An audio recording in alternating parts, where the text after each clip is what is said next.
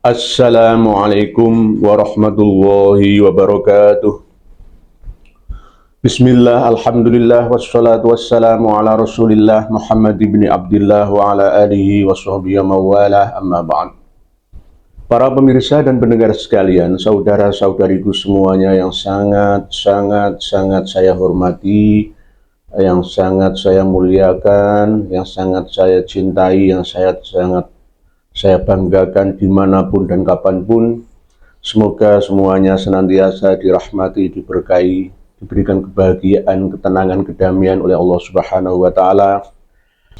Pada kesempatan yang penuh dengan kebahagiaan ini, saya akan menyampaikan bahwa hasil dari tes DNA para habib sudah jelas pertelo, welo-welo, dan gamblang bahwa hasilnya itu mereka halogrupnya itu G. G itu sudah dirumuskan oleh pakar genetik internasional bahwa G itu larinya ke Yahudi, baik yang dari Kaukasia atau Kaukasus, Persia, ataupun yang dari utara Afrika, bahkan juga yang dari Andalusia, Spanyol, Pulau Kreta, Italia, dan lain-lainnya. Jadi semuanya sudah terdetek dengan pasti bahwa baru-baru ini saya dapat kiriman dari rekan-rekan pakar genetika bahwa marga bin Yahya itu sudah dapat dilihat hasilnya, dan saya menyimpan filenya. Hasilnya adalah ternyata mereka juga halogrupnya G, jadi Yahudi, Israel. Bin Yahya, jadi marga bin Yahya di seluruh dunia. Dan berikutnya adalah marga Al-Atos. Ya, itu juga halogrupnya adalah G. Itu semuanya sudah jelas bahwa mereka itu bukan keturunan Sayyidina Ali bin Abi Thalib. Terus berikutnya adalah ada marga Jamalul Lail, ada Barokbah, ada Al-Haddad, ya. Jadi jika kita menuntut berkali-kali kepada Ba'alawi untuk tes DNA, ya nggak perlu. Saudara saya, Kang Mas Muhammad Rizik Syihab, sudah sering menyampaikan tes DNA, tes DNA. Tes DNA. Apa yang ditakutkan? Ya karena memang hasilnya sudah kelihatan, sudah jelas. Ada yang ditutup-tutupi dan ada yang mencoba untuk lari dari kenyataan. Dalam kitab Fafiru Ilallah yang saya sampaikan 2 sesi video kemarin itu memang jelas bahwa Dajjal itu sudah keluar. Tapi bentuknya bisa organisasi, bisa perorangan, bisa sebuah negara, bisa lembaga, bisa robitoh, dan bahkan bisa juga saya. Jadi bisa perorangan. Jadi saya tidak menuduh siapapun. Sifat Dajjal, pembohong itu bisa menjangkit masuk dalam diri siapa saja. Tidak peduli siapapun orangnya, golongannya, marganya, suku, bangsanya. Tidak. Semuanya bisa. Punya potensi untuk menjadi pendusta atau penipu, pembohong, al-kadzab atau dajjal. Jadi dajjalun itu ada banyak. Jadi dajjal itu tidak hanya satu orang, tapi banyak orang. Sejak zaman Rasulullah SAW, Ibnu So'ed atau Ibnu Soyad, dan bahkan di dalam kitab Fafirullah ini, dajjal itu berasal dari Yahudi kota Yasrib atau Madinah. Jadi jelas bahwa Dajjal itu darahnya adalah gennya itu gen Yahudi. Ya, tidak semua Yahudi buruk, juga tidak semuanya Yahudi baik. Tapi kebanyakan mereka memang orang-orang Israel Yahudi itu adalah bangsa yang paling rasis di muka bumi ini. Oleh sebab itu pada zaman Raja Nebukadnezar, ya, pada zaman modern dibasmi oleh Nazi itu karena memang Yahudi itu rasis, makhluk paling suci, paling mulia, paling hebat di muka bumi ini. Nah, sekarang tradisi Yahudi Israel itu ditiru oleh orang-orang Yaman ya yang ada di Indonesia. Nah, inilah yang harus kita luruskan. Kita arahkan mereka untuk menjadi manusia biasa, saling menghargai satu sama lainnya tanpa kasta, hanya tetap berlomba-lomba menjadi yang terbaik di antara umat manusia. Semua manusia adalah ahsanut taqwim. Manusia adalah makhluk paling sempurna di antara makhluk-makhluk yang lain. Tapi jika dibandingkan dengan manusia satu sama lain, ya sama-sama. Tergantung perlombaan musabaqah atau musyaroah dalam kebaikan, dalam ketakwaan, dalam ampunan Allah, mengejar kebahagiaan surganya di dunia sampai di akhiratnya. Wasari'u ila maghfiratin min rabbikum wa jannah. Jadi jangan sampai kita rasis. Saya tidak pernah mengunggulkan diri menjadi suku yang paling hebat di antara suku lainnya. Oh, saya orang Jawa, lebih hebat daripada suku Sunda. Belah, nggak ada itu. Islam itu agama yang universal. Rahmatan lil alamin, untuk semua umat penghuni alam semesta raya ini. Minal jinnati wan nasi wal khalqi ajma'in. Itulah Islam. Jadi Islam itu jangan dikudeta, dirampas menjadi milik kakek buyutnya para Habib Alawi itu. Sekali lagi, jenengan harus matur suwun dengan Kiai Haji Imaduddin Utsman, dengan Tuh Bagus Mogi, ya, dengan KRT Fakih Wirhadiningrat, ya, harus berterima kasih kepada beliau-beliau, termasuk ada channel Pada Suka, ada Gus Fuad, ya, ada Gus Arya, ada Raden Syarif, ya. Jadi ada Raden Muhammad AR yang asli Bangkalan itu, Labeng, dari Modung, ya. Ya itu mereka adalah pejuang. Tidak hanya itu, ada Said Muhsin, ya, ada Kang Zain dari Madura, ada Gus Sanio, oh ya, banyak sekali para pejuang-pejuang Nusantara ini untuk menyadarkan mereka kaum Ba'alawi supaya kembali ke jati diri manusia yang berbangsa, bernegara, melaksanakan agama dengan sewajarnya. Jangan rasis di negeri ini. Kita tidak menyindir, ya, menyinggung orang per orang personal, enggak, tapi semuanya dari kaum Ba'alawi, dari marga apapun. Cobalah jenengan, coba lepaskan jubah kebesaran panjenengan semua, jadilah orang biasa. Kalau panjenengan pakai itu kan hak asasi, tapi pada waktu-waktu tertentu saja. Jangan kemana-mana bawa jubah karak-karak. Kita meng-Indonesia, jadilah orang Indonesia.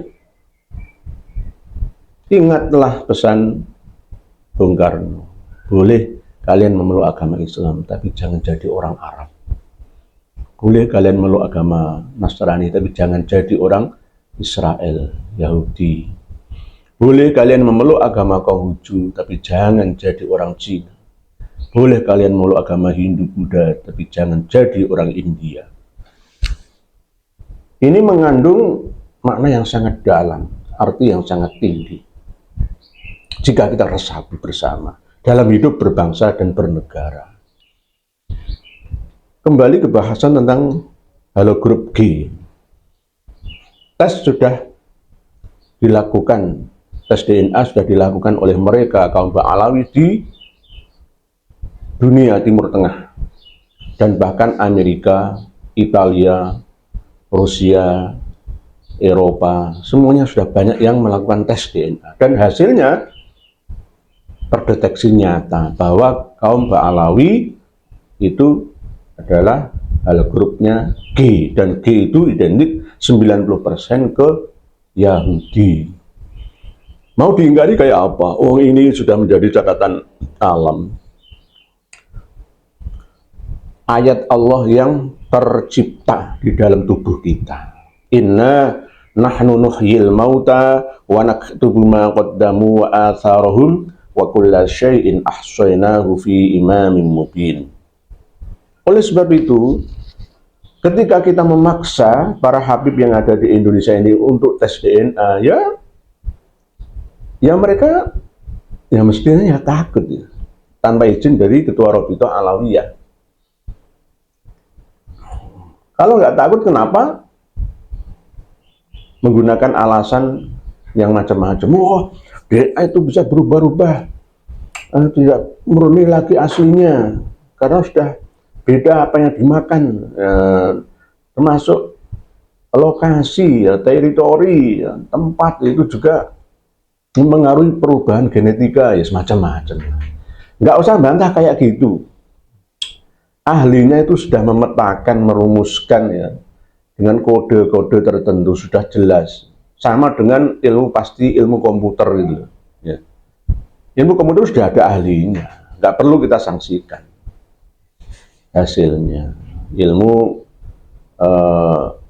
kedirgantaraan misalkan, bagaimana menciptakan mesin jet yang bisa naik terbang kemana saja, nggak perlu kita sanksikan. Sama dengan ketika kita naik pesawat terbang itu sudah 100% menyerahkan totalitas keselamatan kita kepada pilot. Karena apa? Kita nggak tahu bagaimana cara menerbangkan pesawat terbang, ya, menjalankan pesawat terbang, itu kita nggak tahu. Ya serahkan kepada ahlinya, pilot yang ahli. Ya sudah, kita tidak tahu tentang seluk-beluk ilmu pergenetikanan, ya serahkan kepada ahlinya. Fas'alu ahla dzikri in kuntum la ta'lamun. Bertanyalah kepada orang yang ada, yang menguasai bidangnya. Tidak hanya ulama ya. Jadi jangan dikatakan fas'alu ahla dzikri in kuntum la ta'lamun itu hanya diarahkan ke satu komunitas orang yang mengetahui, menguasai ilmu agama saja, ya tidak. Ahla dzikri itu bukan ahli dzikir saja. Ahla dzikri itu secara umum, secara etimologi itu adalah orang-orang yang mengetahui ya keilmuan sesuai dengan bidangnya masing-masing.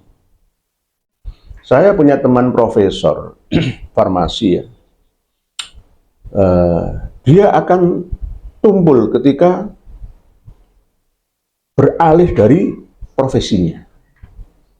Pernah tuh bilang ke saya langsung, bingung dia ketika mau menghidupkan komputer. Oh gimana mas? Ini kok komputer mati? Ya gara-gara kabel powernya nggak nancep. Itu sampai dia marah-marah. Kenapa? Oh kabel power belakang ini renggang, Kang. Kang Profesor renggang, kurang nancep karena dengan geser-geser PC atau CPU-nya ini. Akhirnya apa? Ditancap-tancap nyala. Oh sepele ya ternyata. Oleh sebab itu zaman sekarang ini, saat ini tidak ada orang yang paling. Ibarat kita mau memotong kertas atau memotong kumis, ya, jangan pakai gergaji, ya percuma, ya pakailah silet. Tapi kalau kita mau memotong kayu, jangan pakai silet, ya pakailah gergaji. Jadi ada penempatan fungsi masing-masing. Jadi saya pun begitu, saya tidak mengaku paling hebat, paling handal, paling benar, tidak. Sama seperti kitab Fafiru Ilallah yang saya sampaikan dalam 2 episode video kemarin itu, ada yang menolak, ada yang kurang paham, ada yang nggak seide, nggak pro, ya nggak masalah. Ya kan memang ini saya sampaikan berdasarkan pemetaan pemahaman terkini. Ya karena panjenengan semua ada yang baru mendengar pertama kali ya mestinya kaget ya, shock terapi ya, ya kaget lah ya. Dulu tuh nggak pernah kiai ulama menerangkan kayak ini. Ya namanya ngaji bersama, ngaji bersama. Jadi tidak ada kata-kata paling utama, tidak ada. Sama-sama. Zaman sekarang ini sama-sama. Antara profesor ataupun wong Ansor itu sama-sama akan tajam di bidangnya masing-masing dan akan tumbul yang tidak pada bidangnya. Sama seperti silet ya untuk memotong pohon, sama seperti gergaji untuk memotong kumis rambut atau kertas. Jadi akhirnya apa? Dengan metode keseimbangan ini ya, kesamaan ini, maka baiknya kita saling memberi dan menerima informasi, berbagi, ngaji bersama. Jadi motto di channel ini adalah tidak menggurui tapi ngaji bersama, tukar pikiran tapi bagi orang yang mampu untuk menerapkan metode open minded ya, terbuka hati dan pikirannya. Ngaji itu harus siap untuk menerima informasi, tidak harus untuk titik, gak bisa itu sesat. Nah, ini namanya orang yang gak bisa maju. Para pemirsa dan pendengar sekalian, saudara-saudariku semuanya rahimakumullah. Jadilah kita menjadi manusia yang bermanfaat untuk sesamanya dan sesuai dengan bidangnya masing-masing. Allah menciptakan kita berbeda itu sebagai rahmatan, ya, sebagai kasih sayang Allah untuk saling memberi dan menerima. Nah, ketika kita memberi juga jangan mengakui bahwa itu milik kita. Kita hanya menyampaikan apa yang Allah berikan. Kita punya harta, kita sampaikan, kita sedekahkan, ya jangan akui itu milik kita, itu milik Allah yang harus kita sampaikan kepada orang yang berhak menerimanya.